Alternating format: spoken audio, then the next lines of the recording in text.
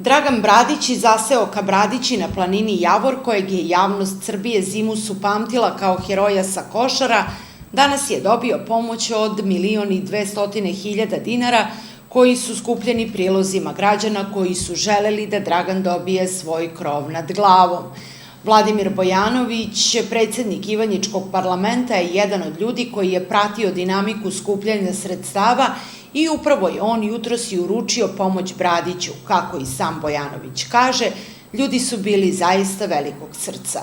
Već prošlo dosta vremena, sam Dragan je našao neku kuću, sve drugo bi se čekalo, mi još dugo bi čekali da nešto završimo. Ovako smo oni našao kuću što mi je rekao da ne mu odgovara za novac koji smo prikupili.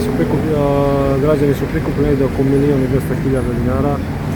Ja moram se zahvalim ime svih koji su bili u toj organizaciji, svim građanima koji su učestvovali, a i Draganu Šojiću iz Banje Koviljače koji ga je primio za taj period dok je akcija trajala, to on je bio gost kod njega više, čak i 6-7 mjeseci, tako da to darežljivom čovjeku moram da se zahvalim.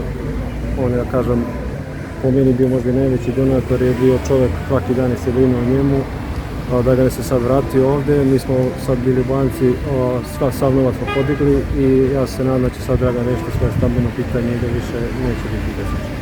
Dragan Bradić kaže da se borio za ovu zemlju, telo mu je puno gelera, a ovaj novac nije dovoljan za izgradnju same kuće. Međutim, on je svima zahvalan.